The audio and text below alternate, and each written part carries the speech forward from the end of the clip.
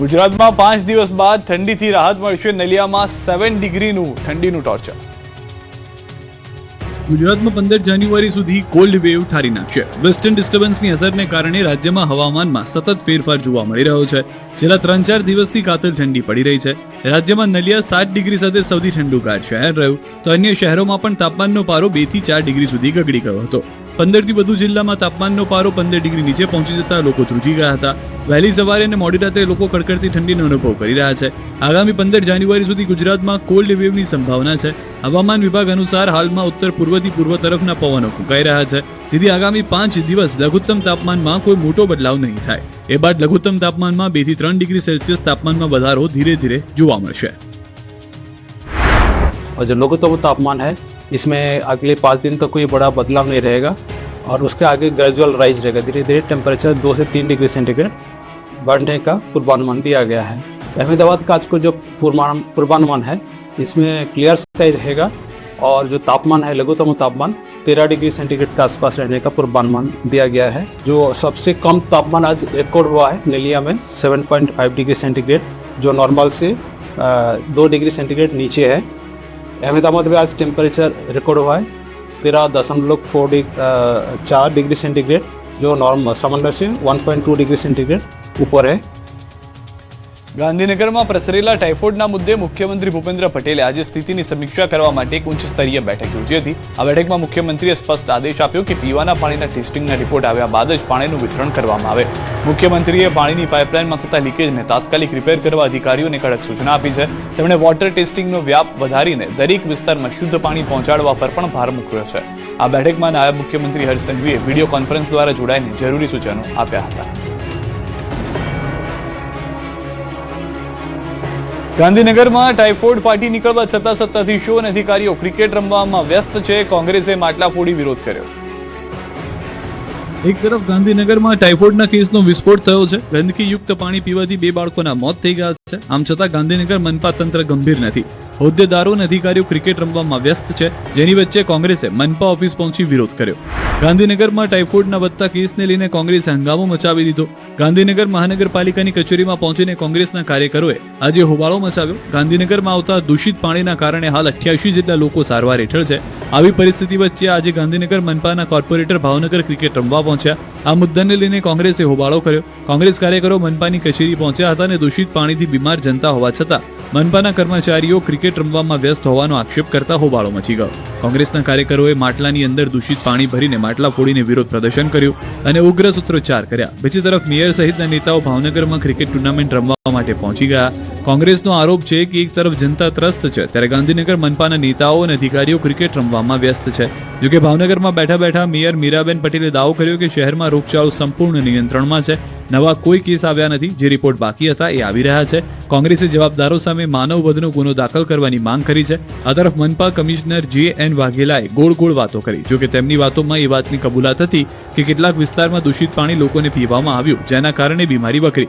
કમિશનરે આશંકા વ્યક્ત કરી કે કોંગ્રેસના નેતાઓ જે દૂષિત પાણીની બોટલ લઈને આવ્યા છે એ ગટરમાંથી કે અન્ય કોઈ જગ્યાએથી ભરીને આવ્યા હોઈ શકે છે. તંત્રના દાવા પ્રમાણે જે એક બાળકનું મોત થયું છે તેનું કારણ ટાઇફોઇડ નથી. કમિશનરે કહ્યું કે હાલ 88 દર્દીની સારવાર ચાલી રહી છે, જેમાંથી કોઈ ગંભીર નથી. સાથે જ પાણીના 1900 થી વધુ સેમ્પલ લઈને પરીક્ષણ કરાયું, જેમાં તમામ જગ્યાએ પાણી પીવા લાયક હોવાનું પુરવાર થયાનો દાવો કરાયો. રાજ્યભરમાં પાણીપુરી વિક્રેતાઓને ત્યાં આરોગ્ય વિભાગની તવાએ આવી પાણીપુરી ખાશો તો મરી જશો. પાણીપુરીના રસિકો માટે સૌથી ચિંતાજનક સમાચાર આવ્યા છે. અમે જે દ્રશ્યો બતાવવા જઈ રહ્યા છીએ તે દ્રશ્યો નિહાળી તમે પાણીપુરી ખાવાનું બંધ કરી દેશો. જે જગ્યાએથી પાણીપુરીનો ચટાકો આવે છે, સ્થળ જોઈ લેશો તો જીવનમાં ક્યારેય પાણીપુરી ખાવાનું નામ નહીં લો. કેમ કે ગાંધીનગરમાં ટાઇફોઇડના કેસોમાં વધારો થતા આરોગ્ય વિભાગ હરકતમાં આવ્યું. ગાંધીનગર મનપાની ટીમે પાણીપુરી ઠંડા પીણા વેચતા વેપારીઓ પર તવાઈ બોલાવી 2 દિવસમાં પાણીપુરી ઠંડા પીણા સહિતની 140 લારી બંધ કરાઈ.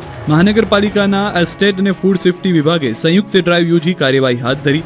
93 જેટલી પાણીપુરીની લારીઓ બંધ કરાઈ. આઈસ્ક્રીમ સોડાનું વેચાણ કરતી અનેક લારીઓ બંધ કરાઈ. 24 જેટલા સોડાના વેચાણ કરતી લારીઓને પણ બંધ કરાઈ. આઈસ્ક્રીમનું વેચાણ કરતા પ્રેમ મેવાડની 15 લારીઓ બંધ કરી. અમદાવાદમાં જો તમે રસ્તા પર ઊભા રહીને હોશે પાણીપુરી ખાતા હો તો પહેલા આ દ્રશ્યો જોઈ લેજો. જે પાણીપુરી જોઈ મોઢામાં પાણી આવી જાય છે એ જગ્યાએ બને છે કે અત્યંત ગંદકીવાળી સડેલા બટેટા, વાસી ચણા અને કાળા પડી ગયેલા બિન આરોગ્યપ્રદ તેલમાં તળાય છે.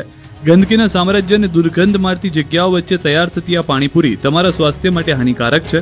અમદાવાદ મ્યુનિસિપલ કોર્પોરેશનના ફૂડ અને આરોગ્ય વિભાગ દ્વારા જમાલપુર અને બહેરામપુરા વિસ્તારમાં આવેલા કેલિકો મિલ કમ્પાઉન્ડમાં 20 થી 25 જેટલા પાણીપુરીના ઉત્પાદકો પર રેડ કરવામાં આવી. આ દરોડા દરમિયાન અધિકારીઓએ પણ દ્રશ્યો જોઈને ચોંકી ઉઠ્યા.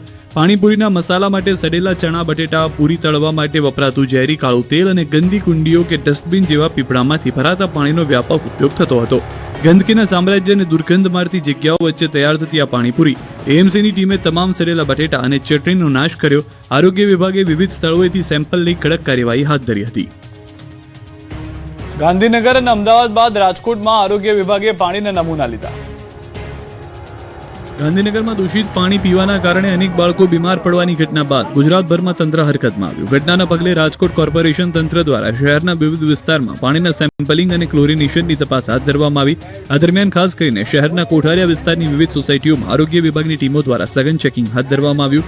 રાજકોટના તમામ 18 વોર્ડમાં આરોગ્યની ટીમો દ્વારા 350 થી 400 જેટલા સ્થળોએથી પાણીના નમૂના લેવાની કામગીરી કરવામાં આવી. આરોગ્ય વિભાગની ટીમો જરૂરી સાધનો અને કીટ સાથે ફિલ્ડ પર ઉતરી. કોઠારિયા જેવા ગીચ વિસ્તારમાં જ્યાં રોગચાળો ફેલાવાની શક્યતા વધુ હોવાથી અહીં ઘરે ઘરે પહોંચીને પાણીના નમૂના લીધા હતા. મહત્વનું છે કે રાજકોટમાં છેલ્લા એક અઠવાડિયામાં ઝાડા ઉલટીના 212 કેસ અને કમળાના 2 કેસ નોંધાતા તંત્ર વધુ સતર્ક બન્યું છે. આ તરફ પાણીમાં મૃત ગરોળી નીકળી છોટાઉદેપુરના નસવાડી તાલુકાના પલસાણી ગામે પાણી પુરવઠા વિભાગની ગંભીર બેદરકારી સામે આવી. પલસાણાથી ગામે પોચંબા પાણી પુરવઠાના ફિલ્ટર સંપના કૂવામાંથી મૃત ગરોળી મળી આવી હતી. આ ઘટનાને લઈને મોગલા બેઠકના તાલુકા સદસ્યએ આક્ષેપ કર્યો છે કે તંત્ર દ્વારા લોકોના આરોગ્ય સાથે ચેડા કરવામાં આવી રહ્યા છે અને જો તકેદારી રાખવામાં નહીં આવે તો અહીં ઇન્દોર જેવી ગંભીર પરિસ્થિતિ સર્જાઈ શકે છે. આ સાથે જ અન્ય ફિલ્ટર સંપમાંથી પણ મોટા પ્રમાણમાં પાણીનો વેડફાટ થઈ રહ્યો હોવાનું સામે આવ્યું છે. ગાંધીનગરમાં ટાઇફોઇડ વિસ્ફોટ થયા પાછળના કારણો આવ્યા સામે.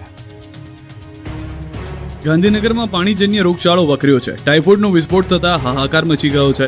તંત્રથી લઈને કેન્દ્ર સુધીની ટીમ હરકતમાં આવી ગઈ છે. પરંતુ આખરે આ ટાઇફોઇડ જેવી જીવલેણ બીમારી વકરી શું કામ? જે જાણવા ન્યૂઝ 18 ગુજરાતીની ટીમે રિયાલિટી ચેક કર્યું તો ફરી આંખો ચાર થઈ ગઈ. ગાંધીનગરના વિવિધ વિસ્તારમાં પ્રદૂષિત પાણી જોવા મળ્યું.